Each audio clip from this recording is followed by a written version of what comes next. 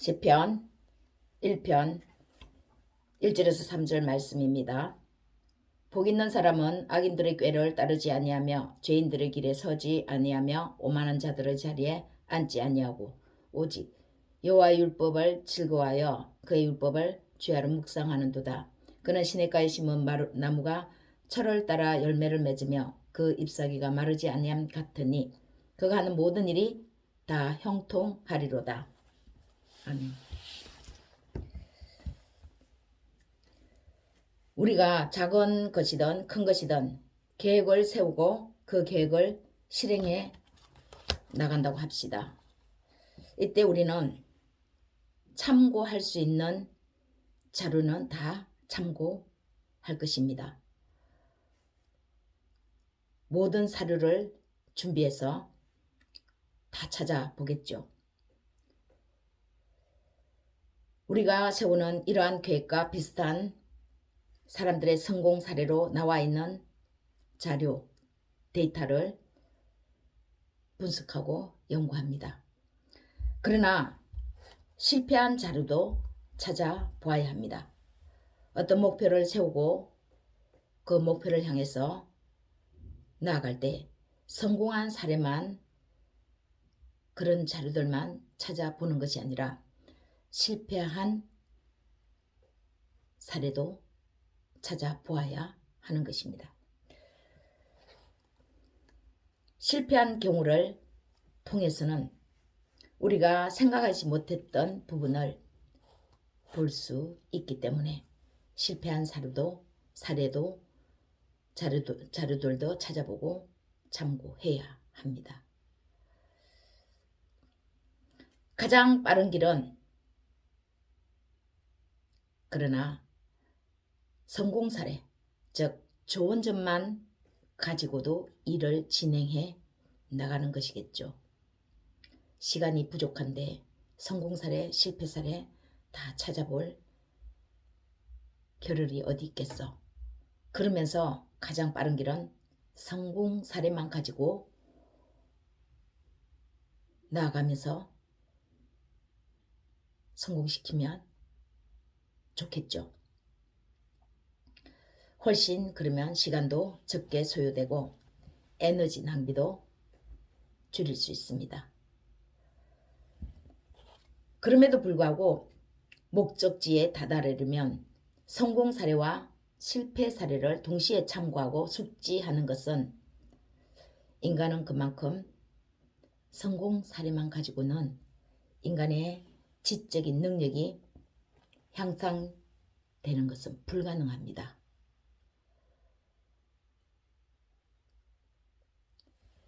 예컨대 가축을 모아두는 축사문이 안으로 당겨져야 열리게끔 되어 있다면 말이나 소 같은 동물들은 축사 밖으로 절대 나오지 못할 것입니다. 문의 원리를 몰라서 굶어 죽게 됩니다.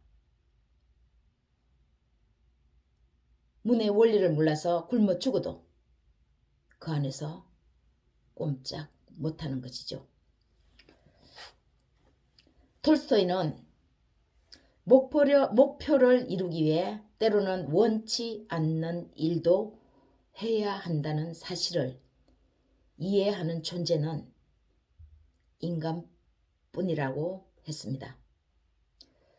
만약 소나 말에게 지적인 능력이 있다면 밖으로 미는 것뿐만 아니라 안 열릴 때는 안으로도 열어 안으로 당겨봐야지 하는 생각을 하겠죠. 그러면 우리 밖으로 나올 수 있겠죠. 살 수 있습니다. 그러나 소나 말이란 이런 동물들은 밖으로 미는 것 외에 안으로 당길 수 있는 이런 지적인 능력은 하나님이 주시지 않았습니다. 유일하게 지적인 능력이 있는 것은 바로 인간뿐이라는 것이죠. 그만큼 인간만이 유일하게 지적 능력이라는 귀하고 중요한 능력이 있습니다. 이 지적 능력을 우리는 키우고 발전시켜야 하는데, 이 지적 능력의 발전은 성공 사례를 통해서 성공했을 때보다는 실패 사례를 통해서, 또 실패를 했을 때 실패를 통해서 향상되어 가는 것이라고 해도 과언이 아닙니다. 성공했을 때보다 실패했을 때 인간의 뇌는 고뇌하는 것이죠. 왜 실패를 했을까 하고 가던 길을 잠시 멈추고 생각하는 것이 바로 우리 인간입니다. 성공했을 때는 이렇게 깊게 생각하지 않는 것이죠. 성공했는데 앞으로 전진하면 되는 것이 아니겠습니까? 실패했을 때 인간은 왜 그랬을까 하고 깊이 고뇌하게 됩니다. 그래서 인간의 지적 능력은 오히려 성공했을 때보다는 실패했을 때의 지적 능력이 향상되는 것이죠. 새해 첫 주일, 하나님이 우리에게 무엇을 원하실까? 1년을 위해서 우리가 어떤 계획을 세우기를 원하실까? 1년을 어떻게 하면 무탈하게 잘 보낼 수 있을까를 고민했습니다. 우리가 어떻게 하는 것이, 어떤 생각으로 하나님의 선하심에 합당한 사람이 될까를 생각을 했습니다. 그러나 내가 만약 하나님이라면, 내가 창조한 내 영을 불어넣어준 인간에게 무엇을 가장 원할까를 역으로 생각해 봤습니다. 그랬을 때 하나님은 인간을 창조하실 때 가장 먼저 떠오른 것은 인간을 지적인 능력이 있는 존재로 왜 창조하셨을까 였습니다.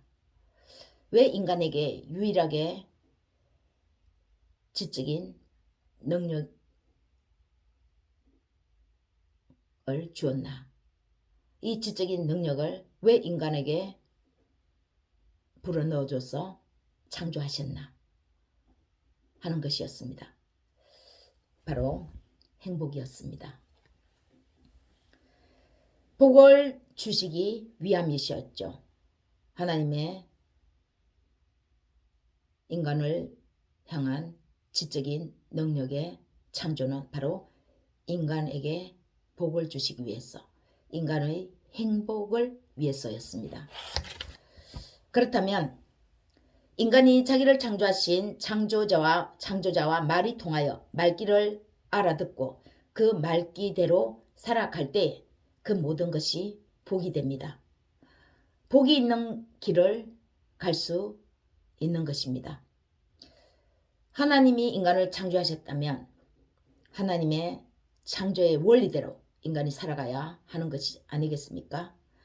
하나님이 창조하신 창조의 원리가 있는데 그 원리에서 벗어나서 인간이 다른 길로 만약에 가는 것이라면 그 길은 복된 길이 아닙니다.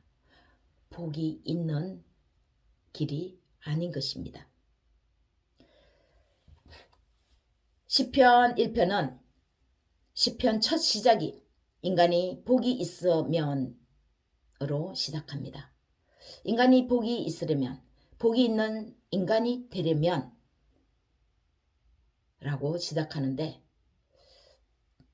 앞서서 잠깐 설명드린 바와 같이 하나님은 시편 1편을 통해서도 복 있는 사람은 어떠한 사람이다를 설명하기 위해서 반대편에 있는 사람을 끌어들여서 대조적으로 나타내 주십니다. 부각시킵니다. 복 있는 사람을 설명하기 위해서, 즉 악인의 삶은 어떤 삶이라는 것을 부각시키면서 설명 시편 기자를 통해서 말씀해 주시죠. 악인을 봐야 복 있는 사람이 약간의 긴장감을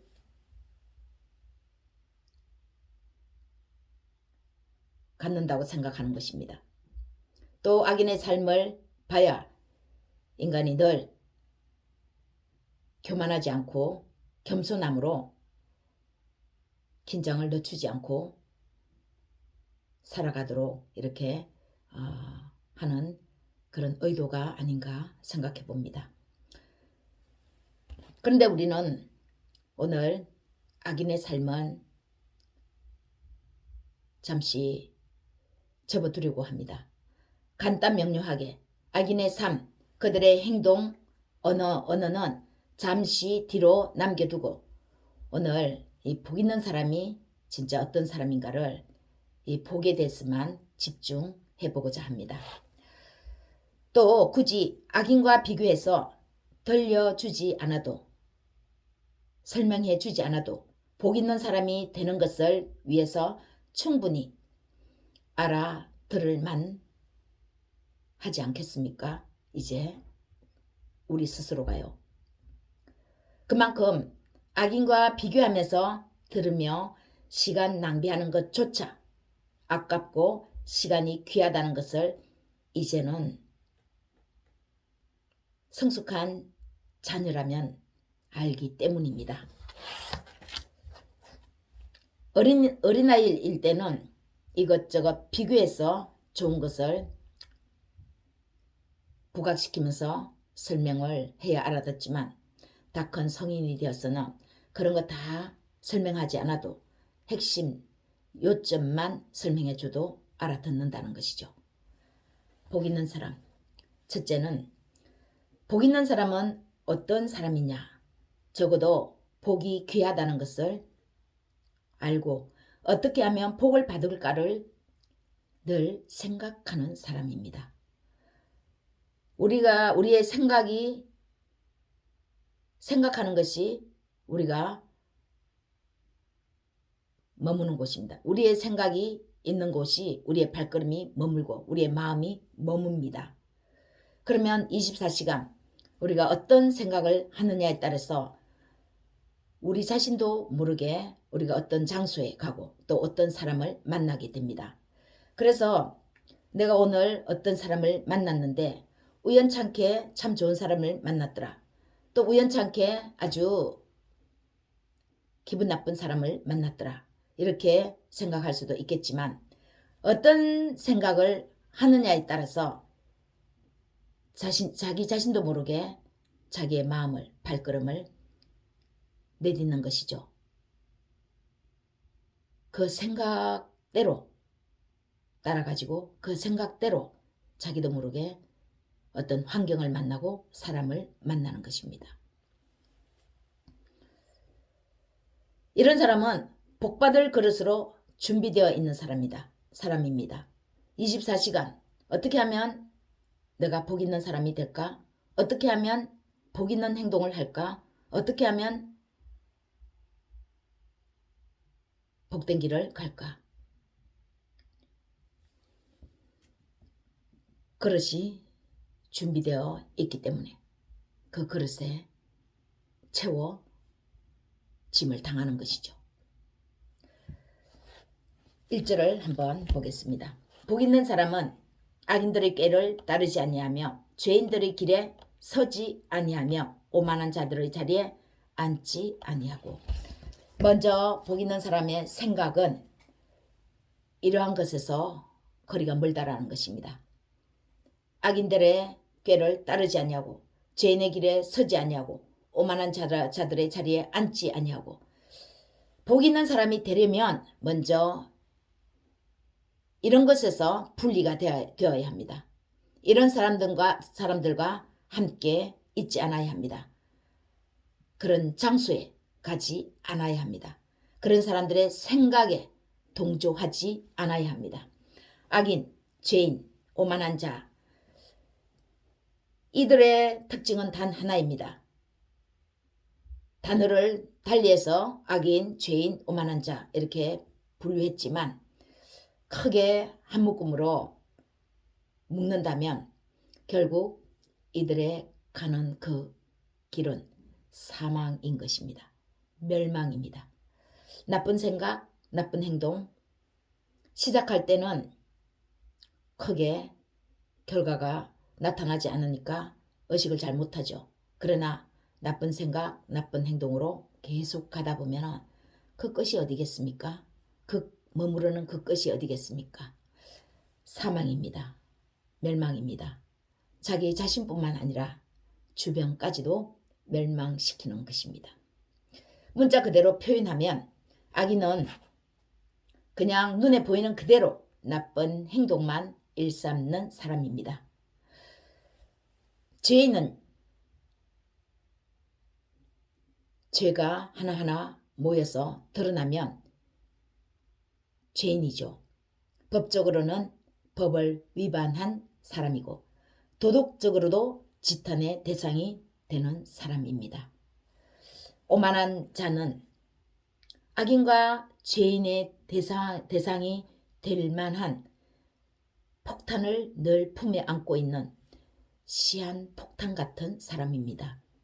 오만한 자를 가지고 죄인이다, 악인이다 라고 낙인을 찍지는 않겠죠. 그러나 이 오만한 자가 계속해서 멈추지 않고 이 오만한 생각으로 나아간다면 결국 악인이 되고 죄인으로 낙인 찍히는 것은 시간 문제입니다. 시한폭탄을 가슴에 품고 있는 사람과 똑같습니다. 그래서 악인, 죄인, 오만한 자, 이 세 부류의 그 마지막 끝은 결국은 사망이고 멸망이라는 것입니다. 복 있는 사람은 결국 이러한 장소, 이러한 사람과 거리를 두고 어울리지 않는 조건의 소유자입니다. 먼저 1차적으로 복 있는 사람이 되려면 이런 사람이 되지 않아야 하고 이런 사람들의 모임에도 들지 않아야 하고 가지 않아야 하는 것입니다. 1차적인 실행이 있을 때 2차적인 실행도 있지 않겠습니까? 그리고 두 번째 복 있는 사람은 나쁜 사람과 함께 있지 않는 것만으로는 부족합니다. 그럼 어떻게 해야 하겠습니까?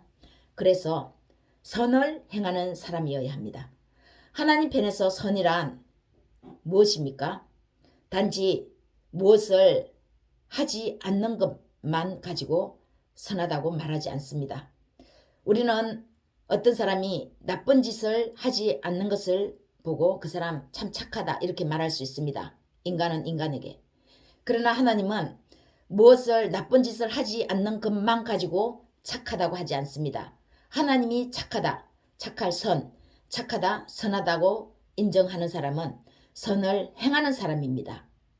나쁜 짓을 하지 않는 것을 넘어서서 더 나아가서 선한 행동을 하는 사람을 두고 그 사람을 향해서 선한 사람이다 라고 하는 것이죠. 하나님 편에서 선, 인간이 보는 선과 분명히 차이가 있습니다. 하나님과 대화, 하나님의 말귀를 알아들 수 있는 사람이 하나님 편에서 보시는 선이고 그것을 행하는 사람은 선한 사람입니다. 우리가 사람의 말을 잘 못 알아들을 때 왜 말귀를 못 알아들어? 이렇게 종종 말하죠. 말귀를 못 알아듣는다. 말귀, 어쩌면 이 말도 맞습니다. 말을 알아들을 수 있는 재능, 귀. 그러나 말귀, 이 말귀가 오히려 더 합당하지 않나 이렇게 생각해 보는데 말귀, 말을 알아들을 수 있는 귀가 있다는 것이죠. 하나님의 말을 알아들을 수 있는 귀, 그 말귀는 바로 하나님의 말씀을 듣는 귀를 말하는 것입니다. 사람이 사람의 말을 알아들 때도 말귀가 필요하겠지만 하나님의 말귀를 알아듣는 귀도 있어야 하는 것이죠. 하나님이 창조하신 인간이 하나님의 말귀를 못 알아듣는다면 하나님과 교통이 되겠습니까? 대화가 되겠습니까? 대화가 안 되면 일방적인 삶이 됩니다. 하나님하고는 전혀 다른 삶의 방향으로 나가는 것이죠.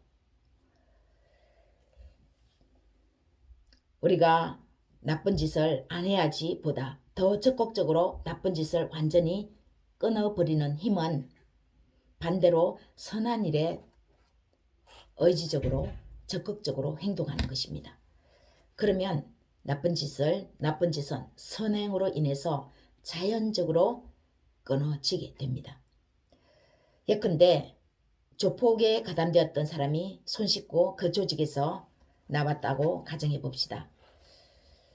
아무것도 하지 않고 조폭에서 손쉽고 가만히 있기만 하면 조폭에서 끊어진 것일까요? 가만히 있는 것을 보고 끊임없이 손을 내밀고 손을 뻗칩니다. 가만히 있어가지고 무슨 돈이 벌리겠느냐? 다시 손잡자고 어둠의 그림자가 손을 내미는 것이죠. 그런데 이때에 가만히 조폭에서 손을 씻고 가만히 있는 것이 아니라 더 적극적으로 옳은 방향을 향해서 발을 내딛는 것입니다.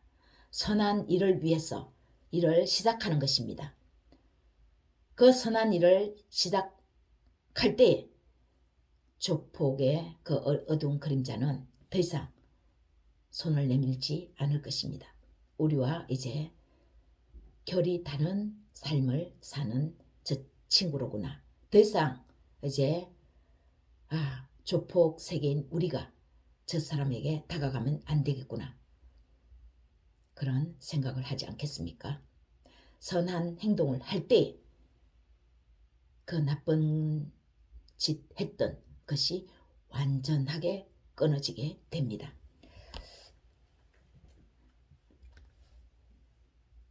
지적인 능력은 인간의 권리이자 의무입니다.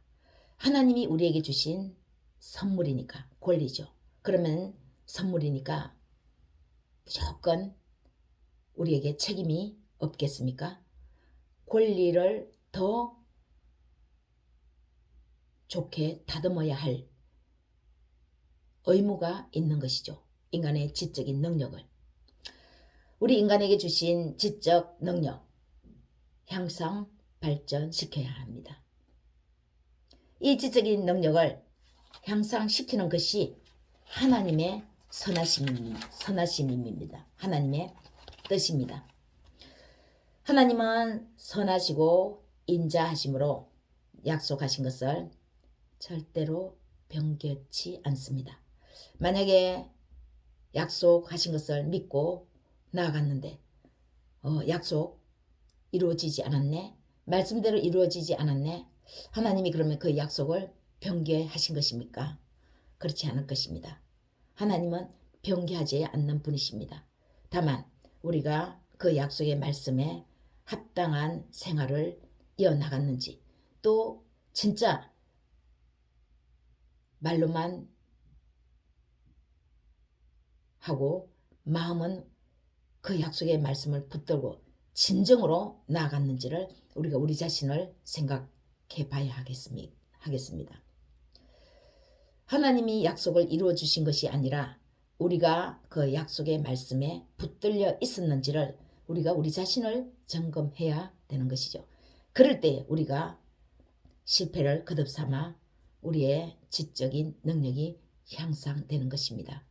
그래서 하나님 앞에서는 하나님 앞에서는 우리가 버릴 것이 하나도 없습니다. 성공도 하나님께서 주신 성공이니까 겸손하고 실패 또한 우리 자신을 점검해보는 지적인 능력을 향상시키는 그 시간이니까 버릴 것이 하나도 없습니다. 하나님은 하나님과의 관계가 회복되면 그 안에서 모든 것을 채워 주시겠다고 약속하십니다. 마태복음 11장에서 말씀하시죠. 하나님 나라와 그의 의를 구하라. 그리하면 이 모든 것을 더하여 주시리라.